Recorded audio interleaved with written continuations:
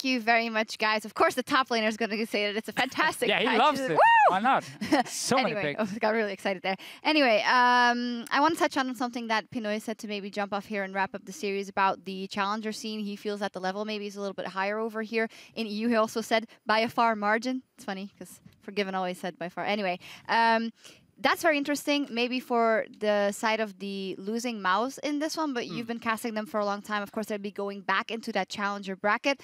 How do you think it's going to be for them after what you've seen from them in the playoffs? I mean, there's a long time now between now and when Challenger is going to start. I mean, we look all the way into the spring split. There's a long break. A lot of time to study. The game will change a lot. The biggest thing about the comparison between Challenger and LCS is no team in Challenger this year, outside of perhaps Origin, has had a rounded game in any respect. You'd have teams that were better at team fighting, teams that were better at objective control, but nobody had all of the pieces that it takes to be an LCS team. We've seen a lot of growth, a lot of improvement, but if that step can be made in the off-season, we may see a stronger Challenger scene. And, you know, it's starting to get there. Challenger coaches are starting to become a lot more of a factor, but I'm happy to see that the growth that has been throughout the 2015 season. Yeah, now 2 new teams coming into the LCS. I mean, last promotion tournament, we had 2 LCS teams. It's very one-sided, win the games, Giants and Rocket back then, requalify. We get at least Gamers 2 coming in.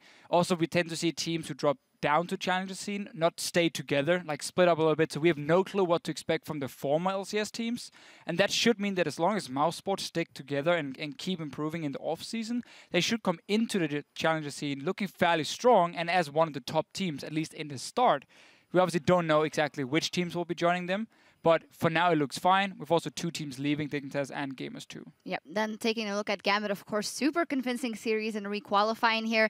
Of course, you could say, well, it's only natural that they turn up in a game like this. But, you know, if we're talking a long time about Gambit, they seem to be doing better in scrims is what we're hearing here and there as well. With Sean's, how does this project look to you now with the players that they have on Gambit going into the next split? It's a very solid position to be in. I mean, even in a lot of Gambit's losses, they looked together as a team. You can hear them together as a team out there by the sounds of it, if that picked it up.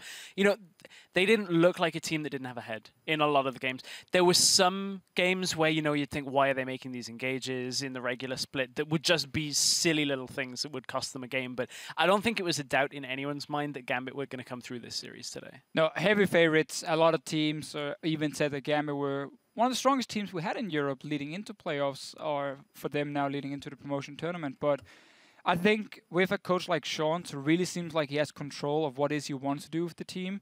I like his approach when it comes to what they have to adapt to, what they need to change, and really seems like the team is respecting him quite a lot. He can even have all his notes on one piece of paper for the promotion tournament. That's impressive. We have the same amount of I mean, notes. that's insane, and he sits there writing it down when they've already qualified. But I think with a coach like him, and with the talent they have on the roster, as long as they keep working out some of these small mistakes that we have seen before from them, they should keep getting better, and they will be one of the better teams in Europe coming in to spring. Yeah, one of the big talents that has definitely emerged this season and is also our MVP for this series, helping Gambit reclaim their spot in the LCS. Of course, their top laner, EpicSkillshot, immensely strong performance from him once again. A KDA of 11.3 on 3 champions in 3 games. It was a close one once again for the MVP. It was. Diamond as well has to be mentioned here because he is the guy always setting up EpicSkillshot to be the carry, but it's a strategy we've seen time and time again for Gambit.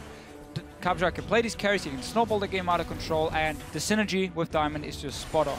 And we said it before the series, this is a top laner and jungler combination that runs EpicSkillshot over LCS top and jungles. Like, this is a guy that has given the best top laners in our region a run for their money. And, you know, it's no surprise that he kind of just didn't really seem phased by anything in today's series. I mean, you get such a good start in every game. You're like 30 CS sure. up, you press tab, you're like, oh, okay, I got this one, and you just keep going from there. We got to see the rest of Gambit. Try and follow the EpicSkillshot trend here and Diamond trend, and I think Betsy really had a poor performance. A solid what performance. Is this? I thought it was one of his best performances in quite a while. He had a very good performance in the mid lane as well. I mean, saying that, we saw how the games played out, so I guess it would have been difficult not to have such a good performance. I mean, you never know. You never know. That would have been impressive. Anyway, Gambit, they're back in there in the LCS, and with the dust settled, we're going to take a look at the 10 teams that will compete in the 2016 European LCS Spring Split. Of course, Gamers 2 is in, SK Gaming is out for the first time, and Team Dignitas is in also with Copenhagen Wolves, of course, out there. I mean, I like it. There's a couple of new changes in there. Yeah. Of course, we're going to miss the teams that we have lost, but it'll be a very interesting split once again. 6 new Danish players coming into the LCS. That is always a bonus. And then, I mean, we saw how close it was down the bottom of the standings. Giants and Elements just making sure they didn't drop down to promotion tournament. I'm sure Gambit wants revenge in the spring split, and we should have a very, very close split again next year. And Fnatic winning in the end of. Well, that's how the rules are, we'll right? see. That's what I mean, if anybody was worried that EU mid laners were kind of a dying breed, here's Perks and Senkux. Here's 2 more to add to the list. Very young players, very hungry players. I'm expecting to see a lot from them. Yeah, we'll see what happens there for our season or our split next up in the EU LCS. But the fight for Worlds is still going on. Worlds here just, well, a couple of weeks away even. The battle is continuing around the globe, and we now know the final 2 seeds coming out of China's LPL. Of course, if everything wrapped up today, Edward Gaming are in there, Invictus Gaming, and EDG also coming through, as well as KT qualifying today as well. And the international wildcard over in Chile is always also going on. Pain is up 2-0 currently, so they're definitely going there. The last team we need to qualify for Worlds, and then we all set. KT roster booked their spot as well after winning today. Jin Air nearly did it. They nearly ran the gauntlet. They nearly pulled a Cloud9. I was getting pretty hyped for Gangplank Mom whenever he played Gangplank in the mid lane. Gangplank Mom. Gangplank Mom. Sadly, it didn't work out for Jin Air. Glad plane became sad plane. Sad plane, said indeed. Well, as the last teams lock in their tickets to World 2015, mark your calendars for September 12th, because at 10 p.m. Central European Time, 1 p.m. Pacific, is our live group draw show, where we'll get our first look at the groups we'll see battle it out in Paris later this year. That's a very big thing to say. It's in a couple of weeks already. Worlds is very, very close. What's very close, Fisho? It's World. All right, cool. Well, while the promotion picture is settled here in Berlin, there's still 2 LCS spots up for grabs in North America. Tune in tomorrow at 9 p.m. Central European Time, noon Pacific, as Enemy Esports defend their pro status against Team Coast, and Team 8 look to hold off Imagine. What do you guys think?